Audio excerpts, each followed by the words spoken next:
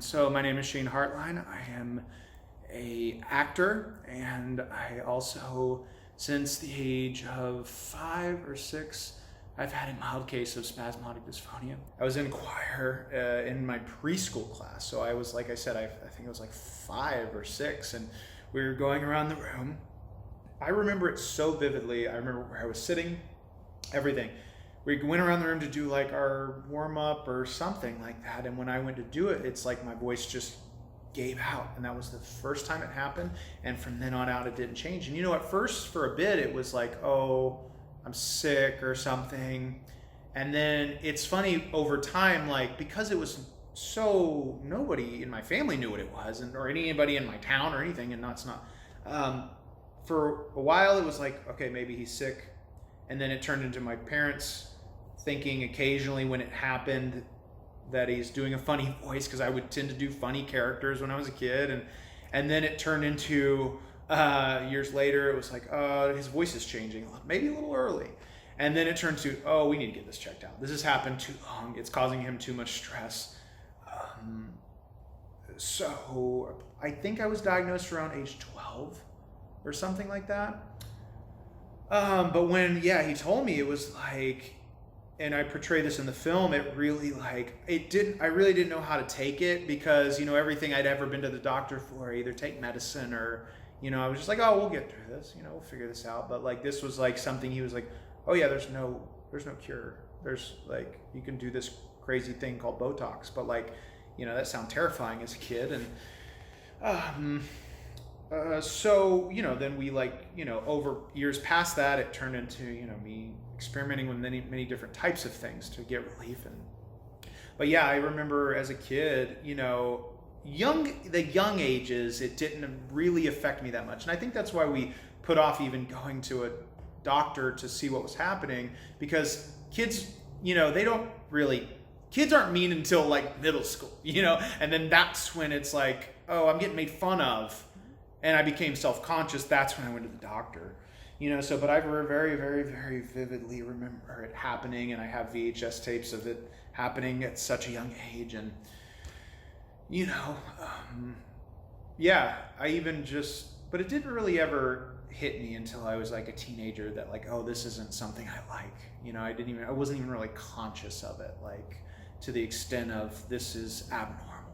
So spasmodic dysphonia didn't really deter me from much, other than really not wanting to speak in front of the class or do as very little speaking as possible. But what I learned, and I think I told this to many people, I think comedy found me, or it was like really a safety blanket in a sense that like I learned quickly, like, oh, I can speak in different pitches a lot easier. So I would find these funny voices, and I would beg the teachers anytime I had to do a speech to let me do it as a character or impersonating the principal or something, you know. So it was always more comfortable when like I was doing a funny voice and people were laughing with me and not at me. I think most comedians find comedy because it's a safety blanket for some insecurity they're dealing with.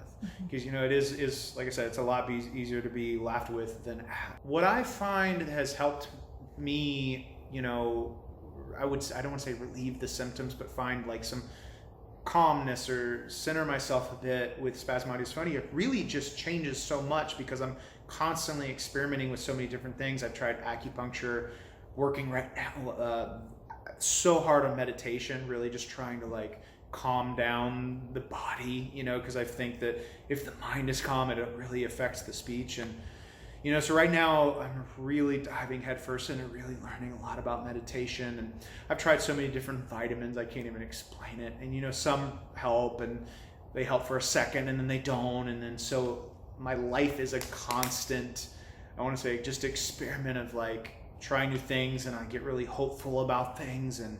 But yeah, I think that whatever, and it's different for every person, but I think that whatever helps a person calm their mind, whether it is a vitamin, whether it is meditation, acupuncture, massage, whatever it may be, like yoga, I think that you got to experiment and you got to try different things until you see, oh, that feels good. Lean into that for a second. You know, that's always what I try to tell people when they ask me, you you know, because it has literally been a lifetime. I barely even scratch the surface of telling you all the crazy things I've experimented with. Try many different things. You know, I was really hesitant to try Botox. I tried it. It wasn't for me, but I know it does bring relief to many people. So I would say try anything and everything that is safe, obviously. But, you know, when you find something that you feel brings you some peace or relief, just lean into that. And, you know, find your concoction, so to say, of just like personal relief and joy. Because if we don't have a cure for this yet, then we have to just live day by day as happy as possible and find peace with it. We just have to find peace with it, because coming from somebody with a mild case, it has brought me a lot of torment in the past. And I can't even imagine what that feels like on a scale of somebody with a severe case. You know, so I just beg of people with it to find whatever you can do to find peace and take it day by day, you know.